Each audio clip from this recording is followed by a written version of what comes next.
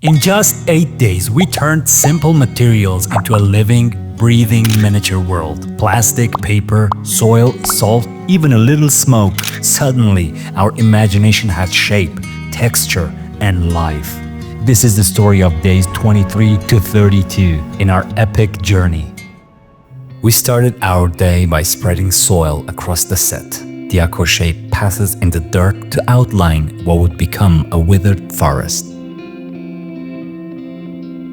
With some cotton, he added extra detail and texture to the scene. Next, he began cutting sheets of blue plastic.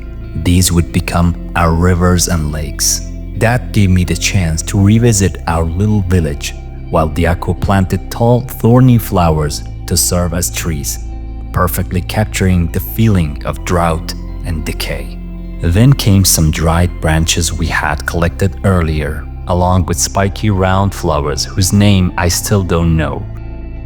Little by little, the forest began to feel alive, or perhaps hauntingly alive.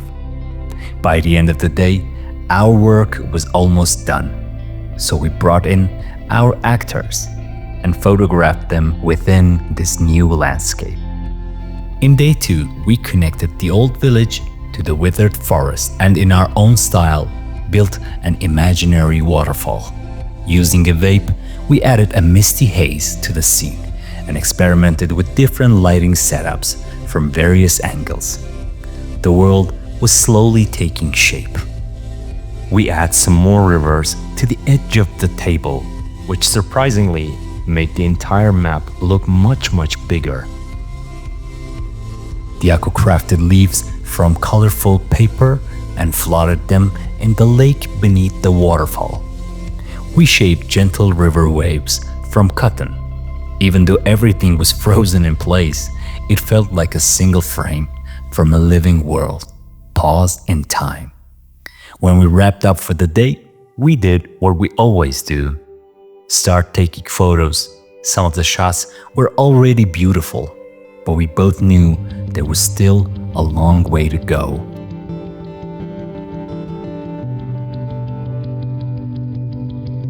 Day 3. We poured salt over an empty section of the map to create a snowy world. Diaco used clay soil we had brought into the studio to prepare the material for a temple. Out of white marble stones, we built a mysterious temple, covering its entrance with sharp-tipped wooden columns. We designed small yellow clouds for our crimson sky, giving the whole scene a sunset vibe.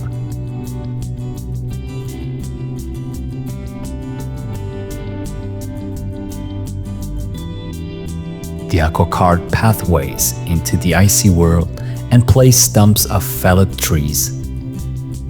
We added a different kind of flower to this snowy landscape. As the day ended, we dove into photography again, fully absorbed in the handcrafted world we had brought to life.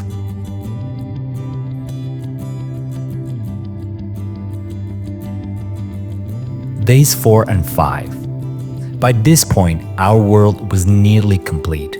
We focused on details, adding more waves, more paper leaves, more vegetation, better lighting, better composition.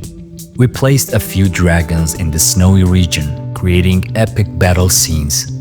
We also adjusted the positions of our actors to find the best compositions. This was perhaps our first truly large-scale world, and it felt incredible to step into our own imagination, which now physically existed.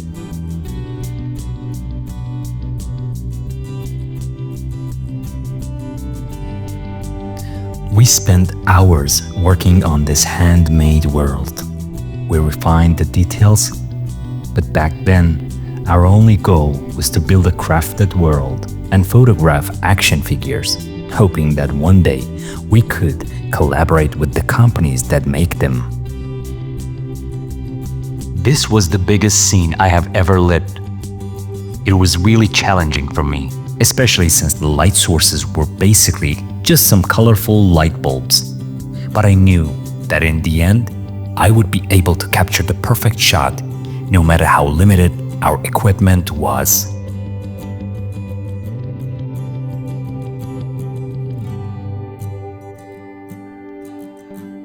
Day 6. It was time to add a sun. Using yellow plastic and a metal wire, we made our own glowing style sun for the background. From the start of this project, I was eager to avoid any color correction in editing. That's why every photo you see here is exactly as it was shot. No post-production edits, just pure in-camera results. Day 7. This was supposed to be our last day with this world, before tearing it all down to move on to the next project.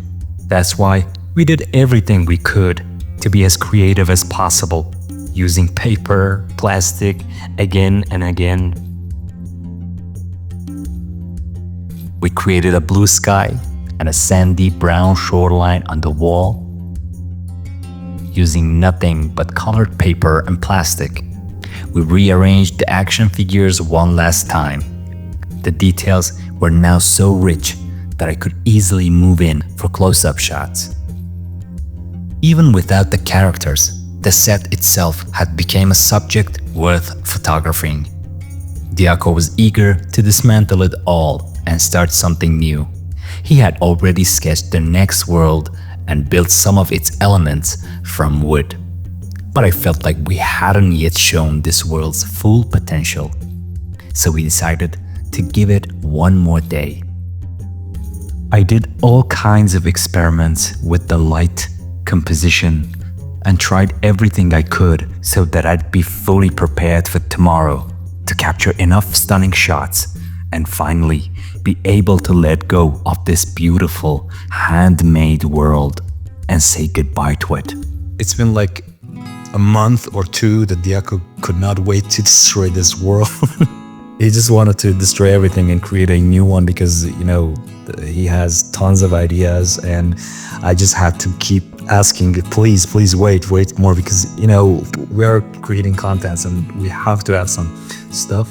Yeah, we finally decided to destroy Jojo Hills, and we still don't have names for these. The final day's challenge for me was that Diaco had already started tearing down our miniature world. So I had to begin with the snowy region and put everything I'd learned over the past 7 sessions into practice, capturing the very best shots I could. After that, it was time to move on to the dried out forest, and that would be the end of everything. Some of my favorite photos from this whole adventure were the shots of the leopard up in the trees, and for the dragons, I managed to create this really epic atmosphere.